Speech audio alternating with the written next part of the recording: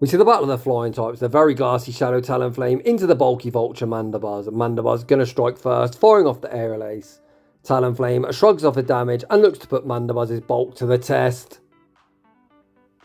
Welcome back to the channel. Buckle up because today we've got an absolute banger of a battle submission from Blezmo. This highly talented trainer is playing his battles in the Catch Cup. Whilst I generally agree with a lot of you, the Catch Cup is an absolute garbage format.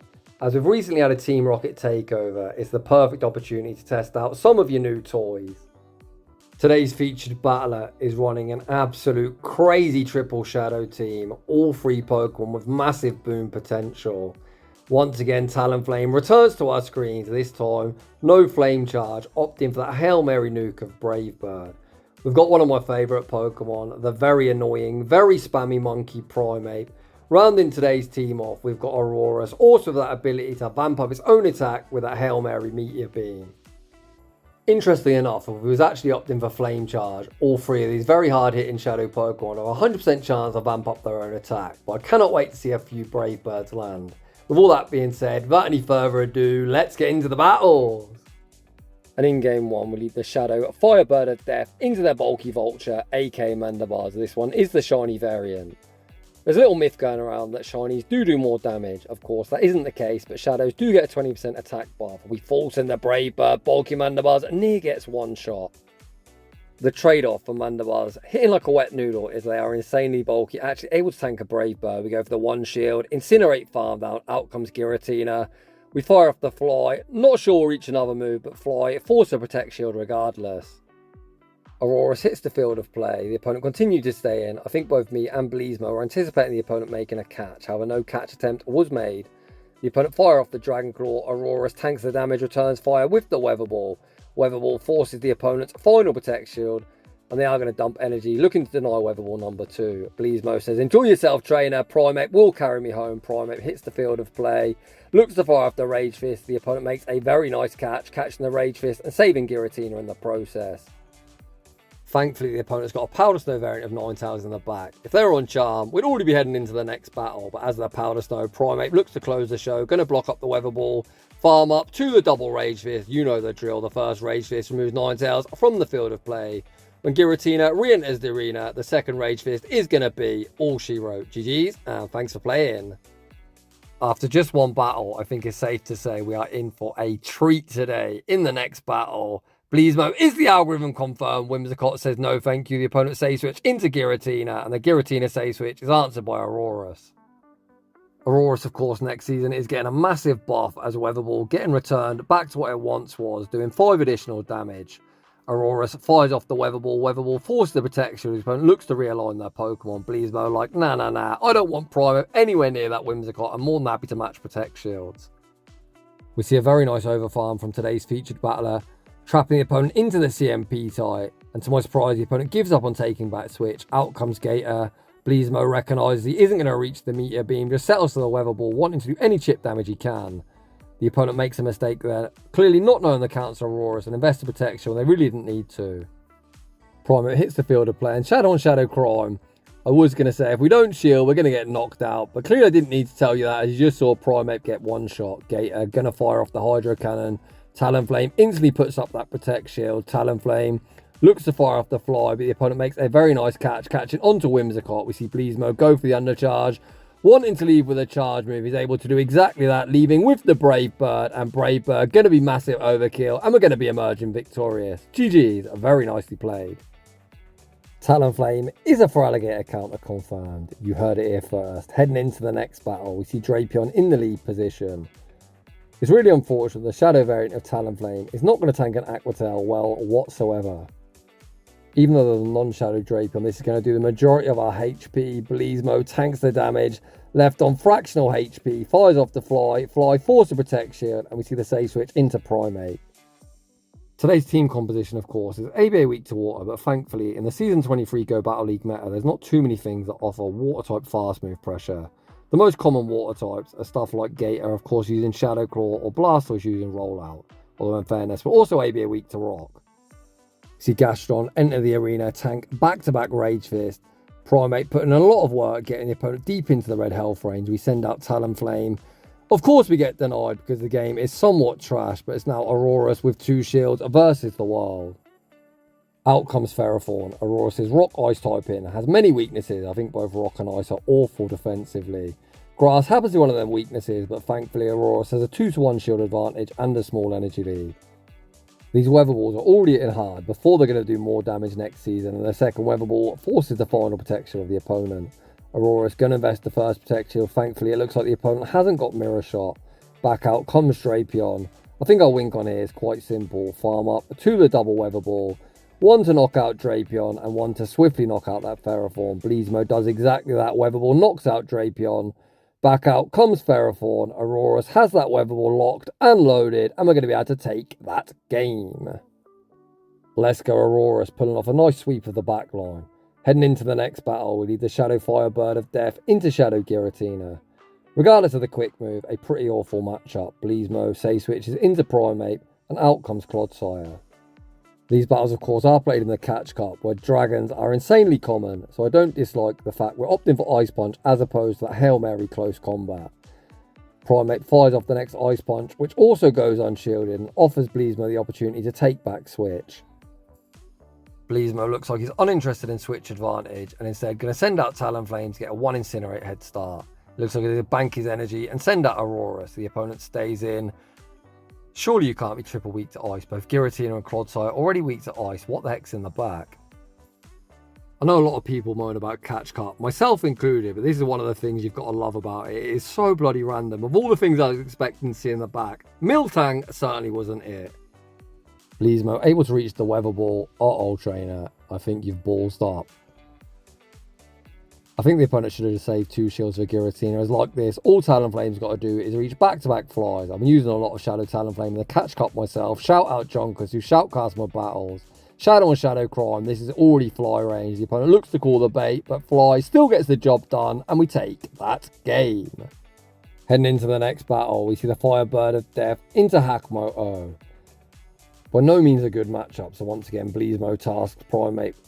We're putting in work on the safe switch. We farm to the Ice Punch bait with the Rage Fist. Rage Fist goes unshielded and out comes Corsola. Rage Fist, of course, comes with a 100% chance to vamp up the user's attack, meaning this Rage Fist is 1 stage boosted. The opponent shield up the boosted Rage Fist, but unfortunately the glassy Primeape unable to reach Rage Fist number 3, but we do at least force a Protect Shield here in the mid-game matchup. This Corsola is still going to be a huge headache for us. They've took literally no fast move pressure, as the Karate Chops, of course, are double resisted. His Ghost does double resist fighting. Blezmo going to YOLO that Brave Bird and look to remove Corsola from the field of play. Brave Bird forces the final Protect Shield, and it looks like it's going to be once again Aurorus looking to pull off the 1v3. Aurorus' god-awful defensive typing is certainly going to be a hindrance to us. Where do you burn the final Protect Shield? On the Power Gem, the Brick Break. Last second, we choose to shield up the Power Gem. The opponent then tries to go for the combo play, but end up losing CMP. Hakmo-O loses this energy, and Aurora still has a slim chance of winning the battle. Hold that fort. Out comes Giratina. There is no shot. Is it going to be yet another sweep? Ouch, that Dragon Claw did so much damage. We overfarm as much as we physically can. Fire off the Weather Ball. Weather Ball removes Giratina from the field of play. We commit to the Meteor Beam. Oof, I thought that was Weather Ball range. And unfortunately, Aurora's unable to pull off the sweep. GG's that opponent. Heading into the next battle, once again, we see the battle of flying types. This opponent opting for Snarl. The last one was on Air Slash. Mandibuzz going to strike first. Mandibuzz hits like a wet noodle, and Talonflame are willing to tank the damage. The opponent go for the Aerial Ace bait. Talonflame farms up and looks to put Mandibuzz's bulk to the test. We YOLO the Brave Bird. Brave Bird picks up that one-hit KO. Get that annoying Vulture off my screen. Out comes Komodo, and this time we are full sending the Ice Punch. Ice Punch! Went shielded. I think here we're only making one further move, so you may as well throw the Ice Punch. However, the opponent shields regardless, and we've also got a fly banked. It's actually IV dependent between Komodo and Talonflame. Who wins this charge attack priority? It looks like Blezmo, not wanting to find out, takes the extra Incinerate instead. The opponent then save Komodo, make the catch the fly onto the Bear Trap, Galarian Stunfisk. Potentially next season, we're going to see more Stunfisk return to the meta. Rockslide is doing more damage, but I think the main issue for Stunfisk is going to be the fact Mudshot now only generates 8 energy per Mudshot as opposed to 9 back in its heyday. Aurorus fires off back-to-back weather balls, removing the bear trap from the field of play. Back out comes Komoro, and the opponent is going to be forced to dump their energy. I believe we're 2 Incinerates off the charge move. Can the opponent outpace? To the winning charge move, they cannot. Talonflame wins the race, and Fly is going to seal the opponent's fate. GG's to both trainers. Heading into the next battle, Blezmo leads the Firebird of Death, oh boy, into the Dene, which is a huge core breaker for us. Talonflame and Primeape both have losing matchups. However, with that being said, despite the Thundershocks hitting us for super effective, the Incinerates are doing objectively more. Nice fast move timing, 1 Incinerate and the Fly, only giving the opponent 1 free turn. Despite the type disadvantage matchup, Talonflame's done a heap of fast move pressure, putting this in a manageable range for even Primeape. It's Primeape that enters the arena, the opponent then pivots out into Dusclops, saving the Dene.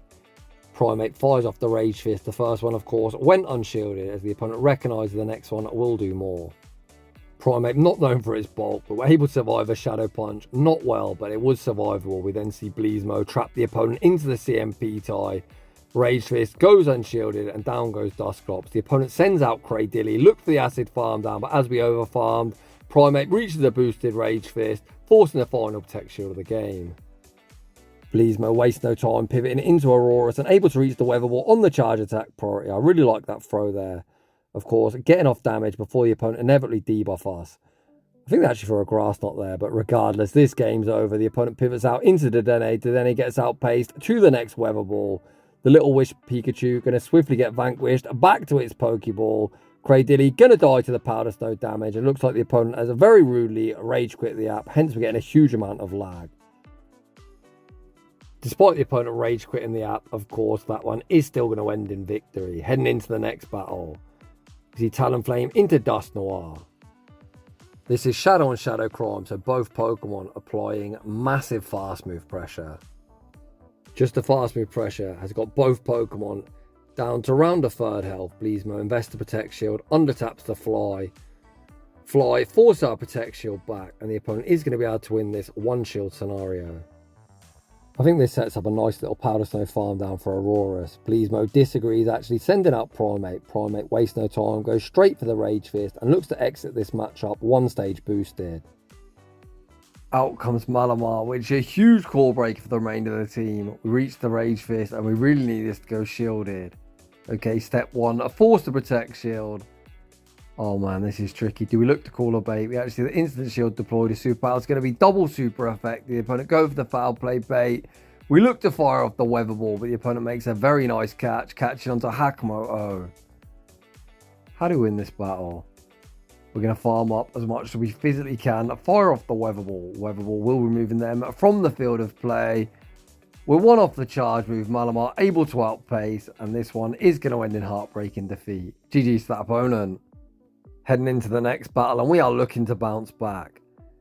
Lead the Shadow Fire Bird of Death into Sizzle. You could not ask for a better lead. Just 2 Incinerates needed to knock them out. The opponent somewhat core broken by Talonflame as out comes Cradilly. Cradilly going to be greeted with the Fly. Fly forced to Protect Shield, and here comes Primeape. This is a really risky call. It's probably a Rock Tomb, but I think we're kind of obliged to shield. Holy crap, that is such an enormous bait call. Of course, Talonflame hits Sizzle for double super effective. But if we lose Switch, Aurorus would be taking double super effective bullet punch damage. Very high risk, a very high reward. Blezmo clearly must wear shorts, even in winter, because there is no chance you'll fit in their massive testicles in a pair of jeans. Talonflame re-enters the arena. The opponent doesn't want the smoke, and they concede the match. The moral of the story is don't be horny for debuffs and throw the correct charge move. Heading into the next battle, we see Giratina in the lead position. Once again, utilising Primeape in the save switch. The opponent stays in. We take the initiative, fire off the Rage Fist, and that does a huge amount of damage considering it doesn't even get the same type attack bonus. We see Blezmo look to invest in Primeape, overfarm, trying to trap the opponent into the CMP type. The opponent smartly take the extra, recognising that it's not a charge attack priority. Giratina has any chance of winning. Dragonclaw removes Primeape from the field of play. You can see us toggling that. For those of you wondering why, we're trying to prevent 1 turn bring in. Clearly it doesn't work, as we still get 1 turn bring in, meaning we do get denied. Giratina able to reach the part and Dragon Claw, decent chip damage. However, Aurorus exits with residual energy good to go. Out comes Dusclops. Dusclops greeted with the Meteor Beam. Meteor Beam got no respect and Dusclops gets rocked deep into the red health range. Shadow Punch doesn't quite knock out Aurorus. We see the pivot into Talonflame looking to get ahead in energy, and unfortunately, disaster strikes as out comes Azumarill. Right off the bat, we fall to the Brave Bird. Massive damage, but simply too little too late. Talonflame invests to protect shield, blocking up the Ice Beam, but Brave Bird does come with a harsh consequence of harsh lowering your own defense, meaning Talonflame is going to get bubble farmed down. The opponent exits with a charge move. They could have bubble farmed us down, but regardless, whatever they do, they will be taking this game. GG's to that opponent. Despite losing that matchup, have you ever seen a neutral charge move do so much damage to big bad bulky Azumarill? In the next battle, the Giratina lead returns. This one opting for Dragon Breath, we save switch into Primeape, and out comes Toedscrawl. Primeape right off the bat goes for that double super effective Ice Punch. The opponent fucked about, they found out, and Primeape takes back switch. Primeape still not done, fires off the Rage Fist at the returning Giratina. The opponent looks for the Dragon Breath farm down. I thought we got to the next one. Unfortunately, we die when we receive the energy. Despite Primeape missing out on the next Rage Fist, we have got the alignment we want. We send out Aurorus. The opponent go for the Ancient Power. We see the pivot into Talonflame. The opponent simultaneously swaps. Sizzle got deleted in the blink of an eye. Back out comes Giratina. We fire off the Brave Bird, hit no bubbles, and Brave Bird is going to be all she wrote, with both trainers saving 2 shields for next season. In the next battle, we see Gligar in the lead position, lightly running Fury Cutter, which means it's an advantageous matchup for Talonflame as we're taking minimal fast move pressure. From my experience in the Catch Cup, I was going to say quite a lot of these Gligar are on a Night Slash because Giratina is such a common Pokemon. Next season, Aerial Ace is getting reworked and I expect to see Night Slash being the preferred move of choice. You can see that Night Slash doesn't do much from the regular variant of Gligar, as of course they're not getting the same type attack bonus. It looks like Blezmo going to invest to protect shield. As he's got so much energy, we farm up all the way to 100 energy before unleashing the Fly.